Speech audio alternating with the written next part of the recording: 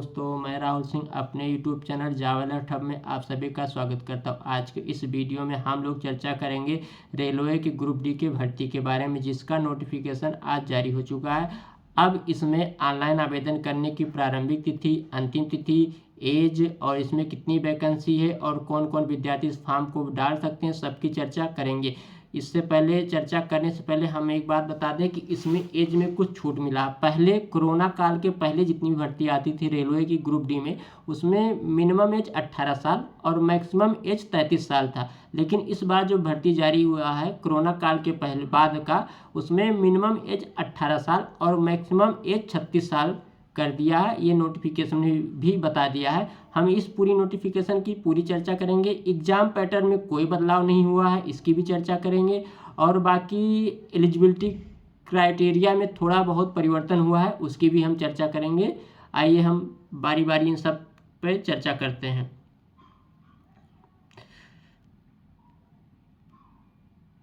अब ऑनलाइन आवेदन करने की जो प्रारंभिक तिथि है नोटिफिकेशन में, वो 23 जनवरी 2025 है। और ऑनलाइन आवेदन करने की जो अंतिम तिथि है वो 22 फरवरी 2025 है। अगर जो आपका ऑनलाइन आवेदन करते समय कुछ भी त्रुटि हो जाती है और आप ऑनलाइन सबमिट कर देते हैं फॉर्म, उसके बाद आप देखते हैं कि हमारे पिता का नाम या माता का नाम या आपका नाम या डेट ऑफ बर्थ या एजुकेशनल क्वालिफिकेशन में कुछ भी त्रुटि गलती कुछ भी हो जाता है, तो उसका संशोधन करने की जो तारीख निर्धारित है वो 25 फरवरी 2025 से लेकर 6 मार्च 2025 के बीच में, जिससे आपका 1 रुपये का शुल्क नहीं लिया जाएगा।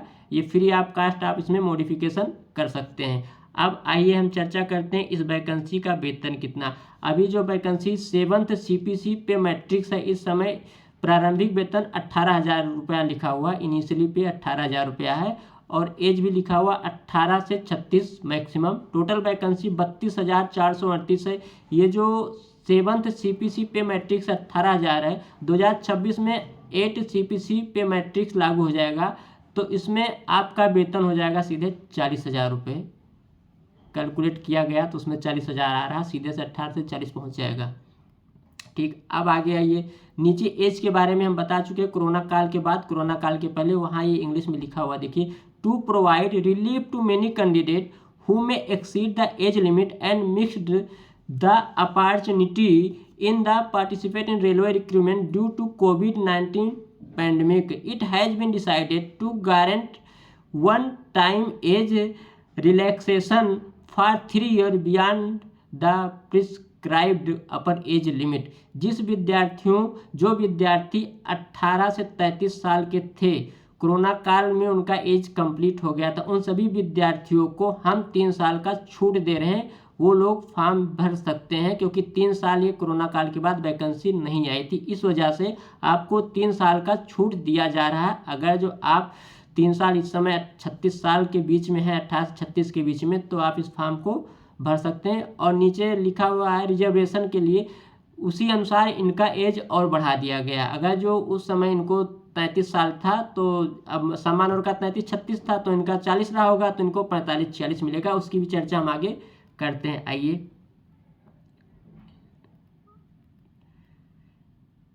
एज लिमिट, जो आपकी एज लिमिट है 1/1/2025 को आप 36 साल के हुए हों, 36 साल क्रॉस ना किए गए हों, 36 साल के हुए हों 1/1/2025 में, तो आप इस फॉर्म को भर सकते हैं।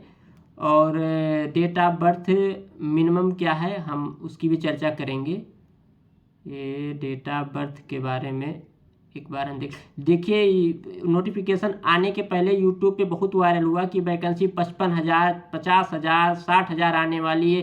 कुछ लोग नोटिफिकेशन कहीं से एडिट करके दिखाए भी कि वैकेंसी ग्रुप डी की बढ़ेगी और इतना बढ़ेगा। हमने उस पर कोई वीडियो नहीं बनाया, क्योंकि हम जानते थे ये कोई किसी मास्टर ने एडिट करके और व्यूअर इकट्ठा करने के लिए सब काम किया है, तो उस पर हमारा कोई वीडियो नहीं। आप हमारी जावा अलर्ट हब पे देख सकते हैं कि हमने ऐसा हम कोई वीडियो ही नहीं बनाते हैं। जब तक नोटिफिकेशन जारी नहीं होता तब तक हम कोई वीडियो नहीं बनाते हैं।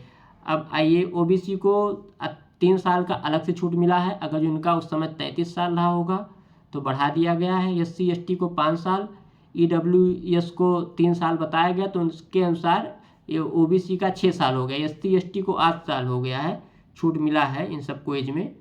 और डेट ऑफ बर्थ 2 जनवरी 1989 जिसका डेट ऑफ बर्थ है वो इस फॉर्म को भर सकते हैं। 2 जनवरी 1989 से पहले जितने भी विद्यार्थी हैं वो ग्रुप डी का फॉर्म नहीं भर सकते हैं। तो जिस विद्यार्थी का 2 जनवरी 1989 डेट ऑफ बर्थ है वो सभी लोग ये फॉर्म भर सकते हैं। सामान्य वर्ग की बात कर रहे हैं, एससी अगर जो 2 जनवरी 1984 है तभी फॉर्म भर सकते हैं। ओबीसी नॉन क्रीमी 2 जनवरी 1986 फिर तभी वो फॉर्म इसको भर सकते हैं। और एक 2007 के बाद वाले विद्यार्थी 1/1/2007 के बाद का है वो विद्यार्थी इस फॉर्म को नहीं भर सकते। यानी कि 2 जनवरी 1989 से लेकर 1/1/2007 के बीच के सारे विद्यार्थी इस फॉर्म को भर सकते हैं। अब आगे आइए,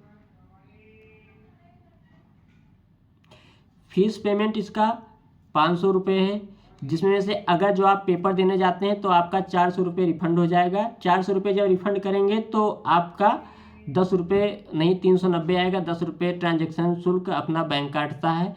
ये सामान्य वर्ग के विद्यार्थी की बात है। SC ST के लिए ये है 250 रुपये फीस है। जब आप पेपर ख़त्म हो जाएगा तो आपका पूरा पेमेंट आपके खाते में वापस हो जाएगा 250 रुपये, यानी कि 10 रुपये मान लीजिए ट्रांजैक्शन चार्ज कटा तो 240 रुपये आपको वापस मिल जाएगा। ऑनलाइन ही फीस जमा होगा, बैंक ड्राफ्ट या चेक के माध्यम से आपका फीस नहीं जमा होना है। फ़ोन पे, गूगल पे या नेट बैंकिंग, डेबिट कार्ड, इससे ही आप ऑनलाइन ही फीस जमा कर सकते हैं। पेपर के पैटर्न में कोई परिवर्तन नहीं हुआ है, तो उसकी भी चर्चा सिलेबस अगर जो दिया होगा इस नोटिफिकेशन में तो उसकी भी हम चर्चा करेंगे आगे। वही ढूंढ रहे हैं कि नोटिफिकेशन कहाँ है इसका। एलिजिबिलिटी क्राइटेरिया थोड़ा चेंज हुआ है, ये देखिए पेपर का मिल गया। कंप्यूटर बेस्ड टेस्ट होगा, ऑनलाइन पेपर होगा। टोटल 90 मिनट का पेपर होगा। 100 क्वेश्चन आएंगे, 25 साइंस, 25 मैथ, 25 रीजनिंग और 20 नंबर करंट अफेयर से आएंगे आपके। ये आपका पूरा सिलेबस है। 90 मिनट का 100 क्वेश्चन होंगे, एक क्वेश्चन 1 नंबर का होगा। अगर जो आप विकलांग हैं तो आपको 120 मिनट का समय मिलेगा यही 100 क्वेश्चन करने के लिए। 1/3 निगेटिव मार्किंग यानी 33% निगेटिव मार्किंग है। और सामान्य वर्ग को कम से कम 100 में 40 नंबर लाना है तभी आप पास होंगे। EWS को भी 100 में 40 नंबर लाना है तभी आप पास होंगे। लिखा है minimum percentage of mark for short listing in various communities, यानी सामान्य वर्ग में कम से कम 40 नंबर लाना है, EWS को कम से कम 40 नंबर लाना है और OBC को नॉन जो क्रीमी लेयर है उनको 30 नंबर लाना है, 30%। SC ST को भी 30 नंबर लाना है, तब आप पास माने जाएंगे। इससे कम के जितने भी विद्यार्थी हैं वैकेंसी भले खाली चली जाए, विद्यार्थी फेल है।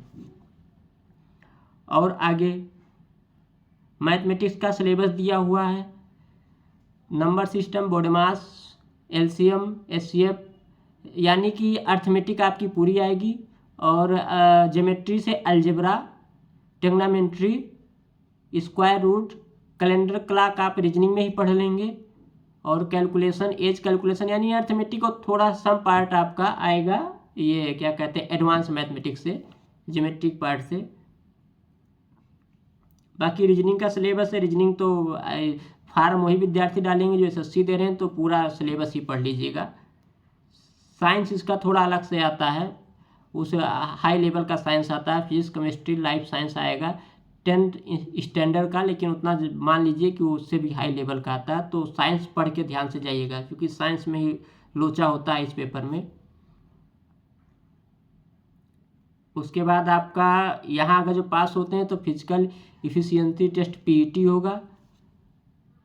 वहाँ आपको lift carry 35 kg, distance 100 metre 2 minute में लेकर दौड़ना रहेगा। फीमेल के लिए यही 20 kg है, 20 किलो का वजन लेकर 100 मीटर 2 मिनट में दौड़ना रहेगा। Should be able for a distance 1000 metre, यानी कि 1 किलोमीटर इन 4 मिनट 15 सेकंड में एक चांस मिलेगा आपको। फीमेल के लिए ये 5 मिनट में इन 1 चांस, एक चांस में इनको भी मिलेगा। और हमारे हिसाब से बढ़िया ये है कि इस नोटिफिकेशन को डाउनलोड करिए और बढ़िया से रीड करके इस फॉर्म को भरिए। फॉर्म का ऑनलाइन का आवेदन प्रारंभिक तिथि, अंतिम तिथि सबकी चर्चा हम कर चुके हैं।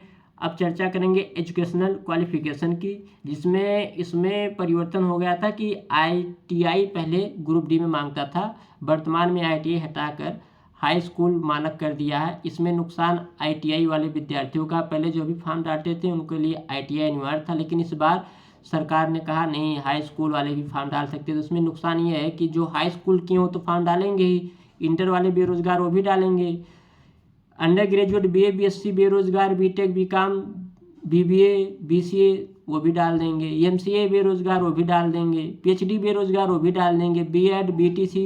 अब इसमें कंपटीशन बढ़ा दिया है। अगर जो ITI होता तो जानते हैं इसमें ज़्यादा से ज़्यादा 20-25-30 लाख फॉर्म पड़ते, लेकिन ITI हटाने की वजह से कम इसमें 1.5 करोड़ फॉर्म पड़ेंगे, ये मान लीजिएगा, क्योंकि नॉर्मल जितनी वैकेंसी रेलवे की आती है उससे कम फॉर्म नहीं पड़ता। NTPC में 18,000 के लिए 1 करोड़ 20 लाख विद्यार्थी पेपर फॉर्म डाले थे, देने वाले 60-70 लाख विद्यार्थी थे। तो इसको मान के चलिए कि कम से कम 1 लाख बच्चे इस पेपर में बैठेंगे ही बैठेंगे।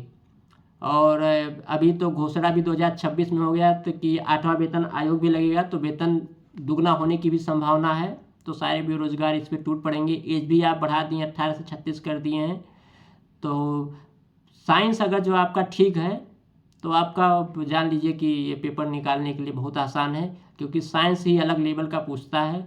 तो उसके लिए आप NCERT साइंस के लिए पढ़िएगा। और मैथ उतना हार्ड नहीं पूछता, आप मैथ की हल्की फुल्की कोचिंग किए होंगे या नॉर्मल आप पढ़े होंगे तो मैथ हो जाएगा। और SSC वाले तो रीजनिंग के महारत हासिल किए रहते हैं, बैंकिंग वाले तो उनको तो कुछ बताने नहीं है। बस साइंस पे फोकस करिए, सिलेक्शन अनिवार्य है इसमें अगर जो साइंस आपका अच्छा है। और 75 नंबर से कम कट ऑफ मत मानिएगा। नॉर्मलाइजेशन मार्क होगा, इसमें हमारी यही सुझाव है कि जितना कम आप गलत अटेम्प्ट लेंगे उतना आपका नॉर्मलाइजेशन में नंबर बढ़ेगा और उतना ही होने की संभावना अधिक रहेगी आपके लिए। और बाकी आप लोग फॉर्म डालिए, हमारी आपके साथ शुभकामनाएं हैं। और हमारे चैनल को लाइक शेयर सब्सक्राइब जरूर करिएगा अगर जो वीडियो अच्छा लगे, और अपने दोस्तों से भी सब्सक्राइब करने के लिए कहिएगा। जय हिंद, जय भारत, नमस्कार।